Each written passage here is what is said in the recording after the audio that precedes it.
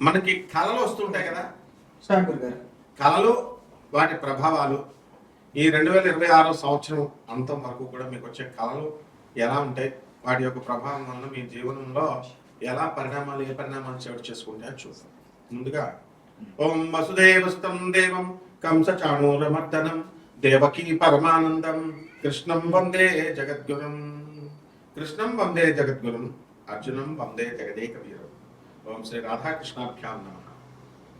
మనకి ఏదైనా కొండ ఎక్కుతున్నట్టు కళలు వచ్చినాయి అనుకోండి, ఏమండి బాబాయ్ చచ్చిపోతామండి, కొండ ఎక్కుతున్నట్టు కళలు వస్తున్నాయండి అని చాలా మందికి సందేహాలు వస్తాయి.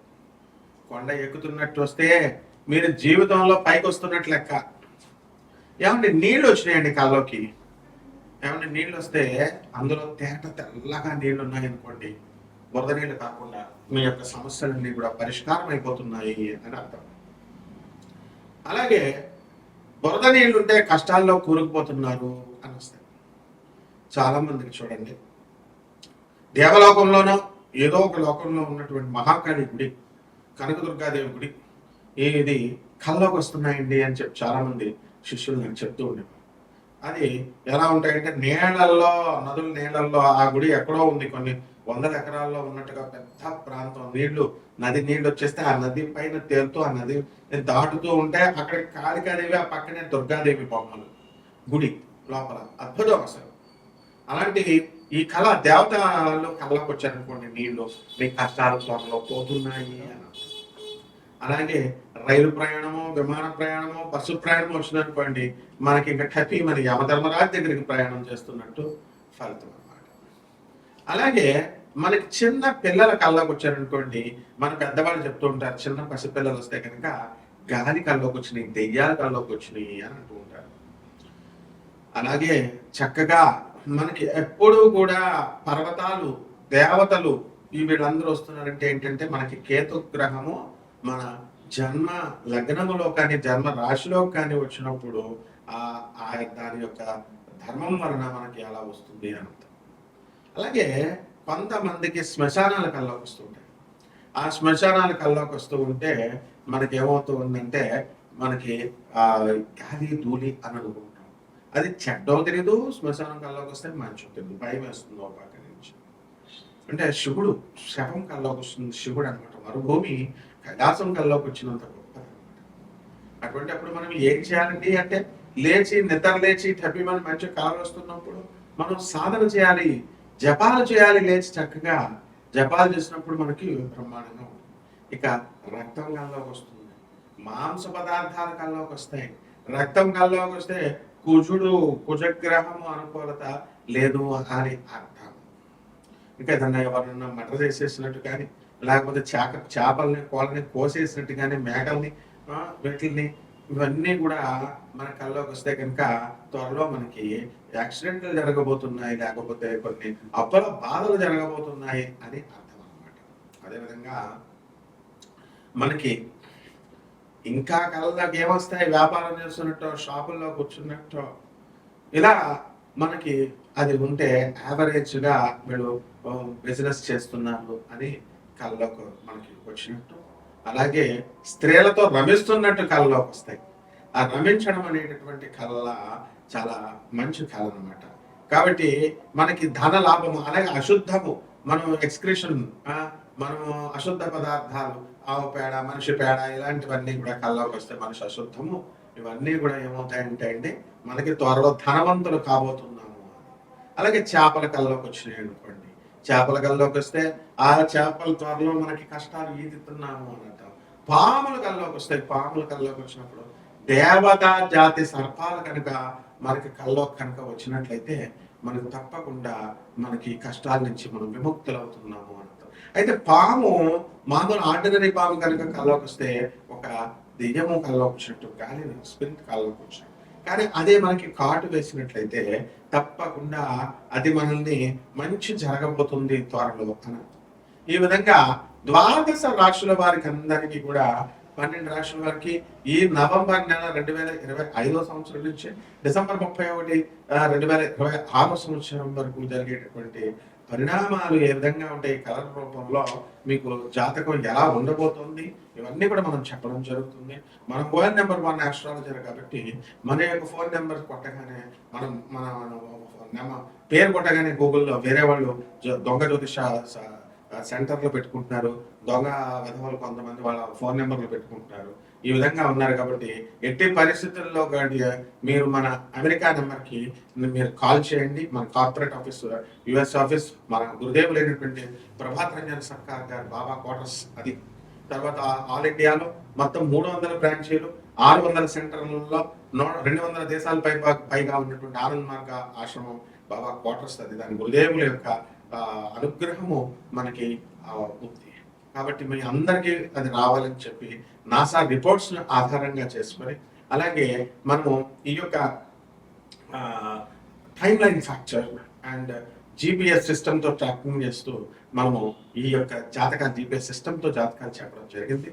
అండ్ డిఆర్డిఎల్లో ఉన్నటువంటి జీపీఎస్ సిస్టమ్ వర్క్ చేస్తున్నటువంటి వాళ్ళందరూ కూడా ప్రమోషన్స్ కోసం నాతో సేమ్ మా యూనిట్లో ఉన్న వాళ్ళు ఎలా మీరు ట్రాక్ చేస్తారు, ఎలా ఏ విధంగా అంటే అవి లేదనమాట. దాని నుంచి నాసా రిపోర్ట్స్ నుంచి వాళ్ళు ఇచ్చేటటువంటి రిపోర్ట్స్ని బట్టి ఆధారంగా వెలాసిటీ ఆఫ్ ద ప్లానెట్స్ ఇలాంటివన్నీ కొన్ని టెక్నికల్ ఫ్యాక్టర్స్, యాంగులర్ మొమెంటమ్ ఇలాంటివన్నీ, లీనియర్ మొమెంటమ్ ఇలాంటివన్నీ కూడా మనం తీసుకుని మనం చెప్పడం జరుగుతుంది. మోడర్న్ సైన్స్ని, ఏన్షియంట్ ఆస్ట్రాలజీని, పూర్వీకులు ఇచ్చినటువంటి జ్యోతిష శాస్త్రాన్ని మిళితం చేసి చెప్పాల్సి వస్తుంది.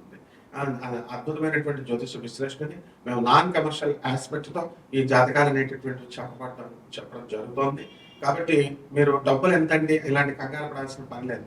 అనాథ పిల్లలకి సేవ చేసుకోవాలా, సాధువులకి సేవ చేసుకోవాలా, రెమెడీస్ కోసం లక్షల రూపాయలు మీరు చేయాల్సినటువంటి అవసరం లేదు.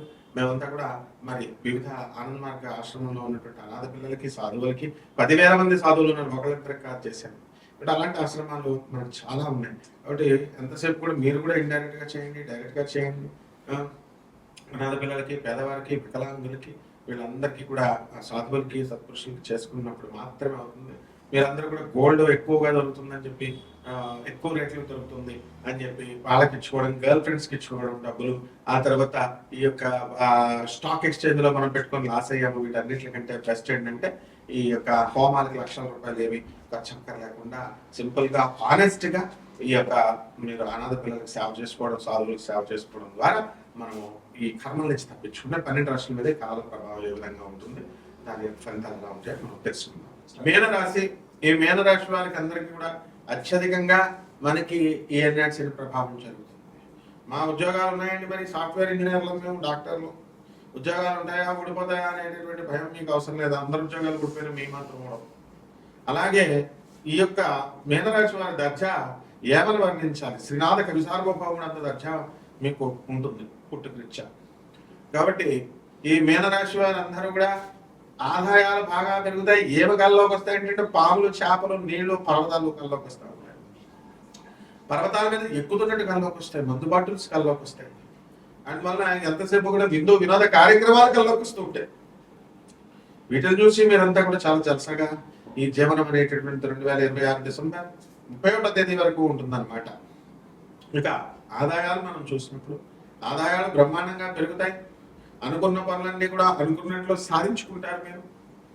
ఆ తర్వాత భార్య ఆరోగ్య విషయమే మీరు కలత చెందుతూ ఉంటారు. అయితే ఈ మకర రాశి వాళ్ళకి కనుక మీరు దోస్తానం చేసినట్లయితే వాళ్ళకి అసలే అష్టమ కేతువుతో ఆత్మహత్య చేసుకోవాలని అనిపిస్తూ ఉంటుంది. అటువంటి వాళ్ళతో మీరు దోస్తానం చేస్తే మీకు లాభమే. కాబట్టి వాళ్ళందరూ కూడా వాళ్ళకి ఎవరితో స్నేహం చేస్తే మీకు సూసైడ్ చేసే టెండెన్సీ పెరుగుతుందో అటువంటి వాళ్ళు మీరు దూరం చేయాల్సినటువంటి అవసరం మీకుంది. మీరు దూరం చేయాలా, ఇతరులకు కూడా దూరం చేసుకోవాలి. మీ పిల్లలతో మీరు చక్కగా ఆనందంగా కాలక్షేపం చేస్తారు. తల్లిదండ్రులకి అమితమైనటువంటి ఆనందాన్ని ఇస్తారు. స్నేహితులతో జలసాగా చక్కగా వాళ్ళందరినీ గౌరవిస్తారు, వాళ్ళకి ఖర్చు పెడతారు. అలాగే అప్పుల బాధలు ఏమైనా ఉంటే ఆ అప్పుల బాధల కోసం మొదలుపడాల్సినటువంటి అవసరం లేదు. అండ్ రకరకాల చిత్రమైనటువంటి స్నేహితులు మీకు పరిచయం అవుతూ ఉంటారు. ధర్మ గురువులు మీకు పరిచయం అవుతూ ఉంటారు. వాళ్ళ యొక్క ప్రవచనాలు వింటూ మీరు చాలా ఆనందంగా ఉంటారు. అలాగే దూర ప్రయాణాలు చేస్తూ ఉంటారు.